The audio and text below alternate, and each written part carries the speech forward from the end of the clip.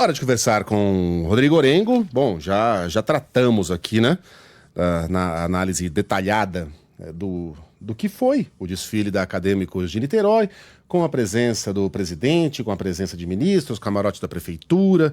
Fizemos todas as ponderações aqui.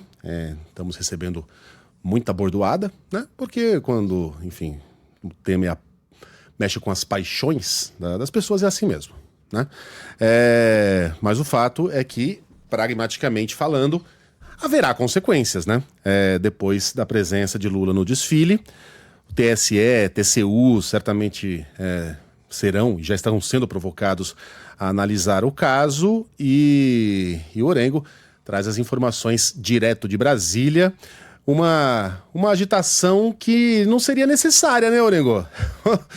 Não seria necessário fosse outro o tema, ou se Lula simplesmente tivesse viajado para outro lugar, né? E deixasse a escola lá fazer a homenagem que tem o direito de fazer. Bom dia para você, Orengo.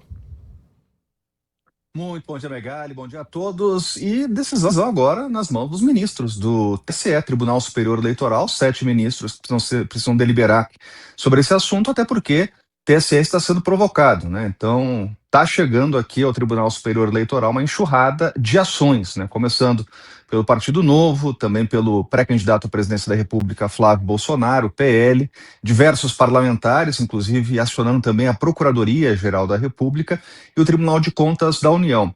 E aí, Megali, a gente precisa explicar o seguinte: olha, os partidos estão alegando 2 processos aí, ou duas acusações, né? Então, primeira, propaganda antecipada, né? A propaganda antecipada, né, chamada tecnicamente de extemporânea, ela, quando há condenação, a multa pode chegar ali a R$ 25 mil. Na prática, muitos partidos acabam fazendo o seguinte: entendem que é até mais jogo receber uma multa de R$ 25 mil, tomar uma condenação, mas conseguir dar exposição à campanha, ao candidato, né? Então essas multas acabam sendo pagas pelo fundo partidário, e, em última análise, pelo dinheiro do contribuinte, né? Então, a multa da propaganda antecipada, ela é considerada menor.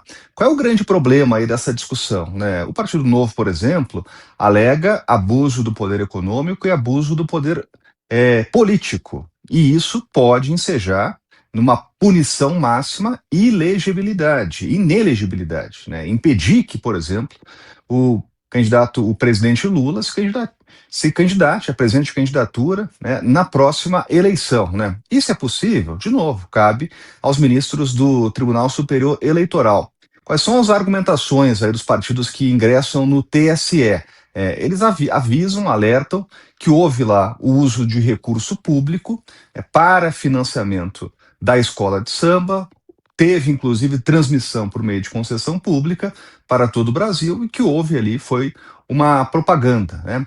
E aí fazem uma comparação, por exemplo, e isso está sendo muito feito por parlamentares de oposição, com a condenação do ex-presidente Jair Bolsonaro. Ele foi condenado também, tornado inelegível pelaquela manifestação de 7 de setembro, quando teve aquela multidão aqui na esplanada dos ministérios, teve discurso do presidente, né? Então ele e Braga Neto foram condenados. Qual é a defesa apresentada pelo Partido dos Trabalhadores, né? O Partido dos Trabalhadores afirma lá que foi uma iniciativa da escola de samba, que o governo não teve participação. O que a gente ouve aqui também de defesa é que esse investimento público, por exemplo, da Embratur, foi igual para todas as escolas, não teve ingerência lá sobre o samba enredo, né? Agora, o assunto está tomado aqui na discussão política e também em Brasília. Agora cabe realmente a análise dos ministros do Tribunal Superior Eleitoral. Agora, sabe o que é importante, Megali? É o seguinte: é saber e limitar o que pode e o que não pode. A gente está iniciando o processo eleitoral.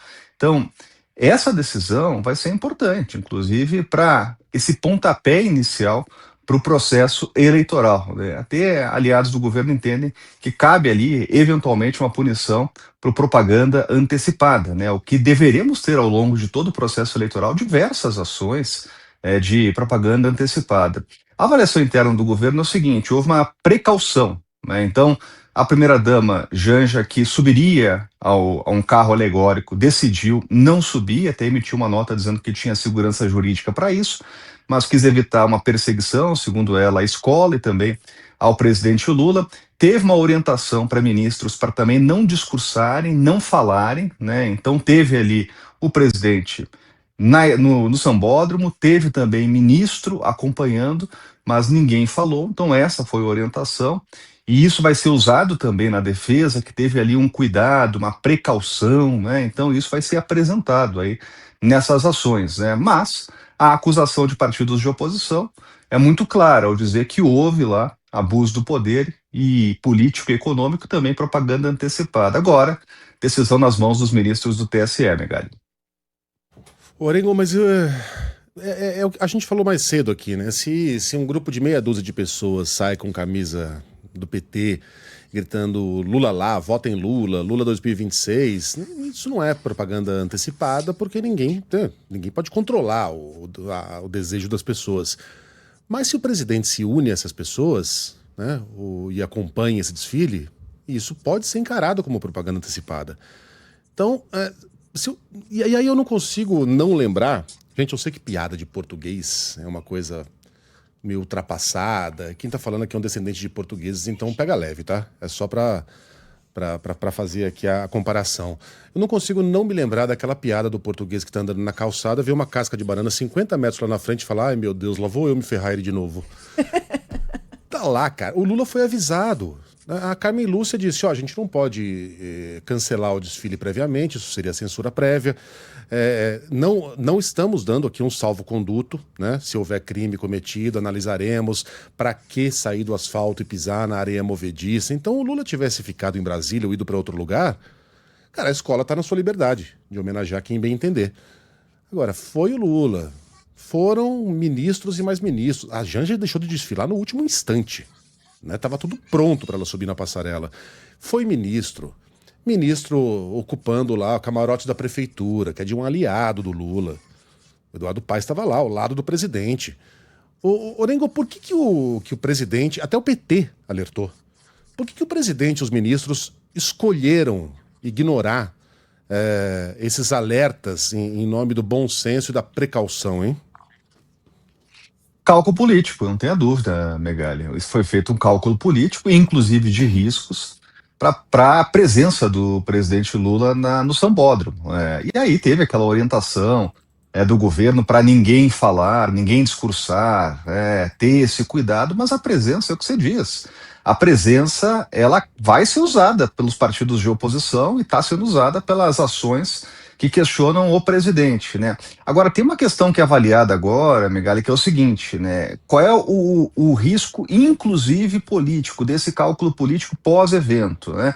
É um problema, um prejuízo naquela estratégia de tentar se aproximar do meio evangélico, né? Teve lá uma ala que fez uma crítica ao uso político, inclusive da Bíblia, de laços evangélicos na campanha, e aí tem aquela cena da conserva. A avaliação interna, até de aliados do governo, é que isso prejudica e abre ali um flanco de muita crítica, e isso está sendo usado politicamente, claro, de crítica ao presidente, de desrespeito a essa religião que é importantíssima no Brasil e está em crescimento. O governo tem essa dificuldade, e o Partido dos Trabalhadores tem essa dificuldade de acessar esse público. Então, ao fazer essa crítica, é realmente uma munição aí para a oposição.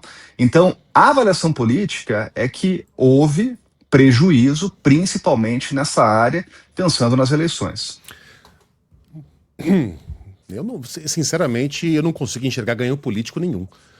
Eu vejo ali um Lula participando de um desfile, aplaudido pelos seus apoiadores, né, que cegamente não conseguem enxergar nada de errado nisso. Eu realmente me pergunto como é possível alguém achar que não tem nada de errado, um pré-candidato à presidência comparecer em um desfile em homenagem a ele mesmo, em que há dinheiro público.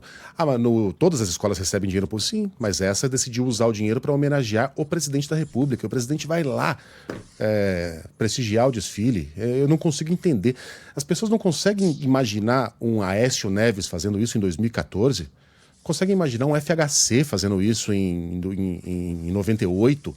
Ou um Bolsonaro fazendo isso 4 anos atrás? Achariam normal? Ou estariam gritando mais alto ainda. Sinceramente, eu não consigo imaginar quem não consegue, cara, tirar essa lente ideológica e enxergar como isso, cara, não é razoável. Não estou dizendo que seja um crime grave, não é isso não, mas não é razoável, né? E aqueles que detestam o presidente continuarão detestando, se sentirão ainda mais aviltados, como é possível, que absurdo, etc. E quem tá no centro, Orengo, sinceramente, cara, eu não consigo imaginar uma pessoa sendo convencida a votar em alguém porque houve um desfile de carnaval em homenagem a essa pessoa. Nada disso entra na minha cabeça. Eu não vejo onde está o ganho político, eu vejo o prejuízo. Aí sim. Então, eu queria só acrescentar aqui, Orengo, rapidinho, porque eu vi algumas análises falando que talvez o maior ganho político do Lula nesse carnaval nem tenha sido ali na Sapucaí, mas sim, por exemplo, nas leituras que fazem, naquelas imagens também que viralizaram, dele pulando no camarote de Salvador, como falando, olha lá, o pessoal fala que ele tá velho, que ele já tem uma idade, e aí eu vi até algumas análises falando isso, na luta contra o etarismo, numa possível candidatura à reeleição, numa provável candidatura à reeleição, talvez essa imagem dele pulando ali no camarote de Salvador seja até usado muito mais politicamente nesse ano eleitoral do que até propriamente a questão da Sapucaí. Como é que você vê isso? Sabe, Michele, que a gente já está nesse período eleitoral, pré-eleitoral, tem regras que precisam ser respeitadas, né? Mas é interessante essa avaliação desse eleitor pendular, esse eleitor do centro, que é o grande foco das duas campanhas, do presidente Lula e do pré-candidato Flávio Bolsonaro. E é interessante a gente avaliar e ver a resposta de Flávio Bolsonaro, e ele fala ali no vídeo claramente, olha, não estou falando nem para você que defende Bolsonaro, nem para você que defende Lula. Ele está falando, obviamente, para aquele eleitor de centro, e aí ele faz a crítica ao presidente Lula, chamando ao bom senso, né, fazendo uma crítica ali mais ponderada, que foi elogiada por quem entende que Flávio Bolsonaro precisa captar esse eleitor de centro, né? Então, tudo agora tem reflexos eleitorais. Qualquer movimento precisa ser muito bem calculado. E é isso. Agora é fazer análise aí dentro do governo do pós, né, dos prejuízos e eventuais ganhos aí do presidente no carnaval. E aí muito ouvinte lembra, mas o Bolsonaro foi na festa de Barretos, o Bolsonaro fazia motociata, o Bolsonaro fez isso, o Bolsonaro fez aquilo, o Bolsonaro... Cara, se o Bolsonaro virar régua moral pra alguém, a gente tá perdido. Né? O que o Bolsonaro fez está sendo analisado pela justiça agora, tá? E ele foi bastante malhado aqui nesse microfone quando fez, tá? Mas isso já faz 4 anos e Bolsonaro não deveria ser um parâmetro moral e de comportamento ético político para ninguém. O fato de o que você faz não ser tão grave quanto o que o Bolsonaro fez não é suficiente, tá? Eu acho que a gente pode levantar essa régua um pouquinho, tá? Orengo! Megali, só um ponto querido, que eu acho que é importante, até nessa comparação que todo mundo acaba fazendo, né, é a comparação legal, né, o que pode e o que não pode. Por isso que essa decisão do TSE, Tribunal Superior Eleitoral, vai ser importante para esses paradigmas. E quando a gente vê a oposição apresentando essas ações, olhando lá para 2022... os opositores falam o seguinte, olha, o ex-presidente Jair Bolsonaro foi condenado, ele se tornou inelegível, né? Qual vai ser a decisão agora do TSE? Né? Então é isso, a avaliação ela é técnica, propaganda antecipada e também abuso do poder econômico e político, aí a palavra está com os ministros do TSE. Isso aí. Orengo, bom trabalho para você, até amanhã. Até amanhã, valeu, abraço. Valeu.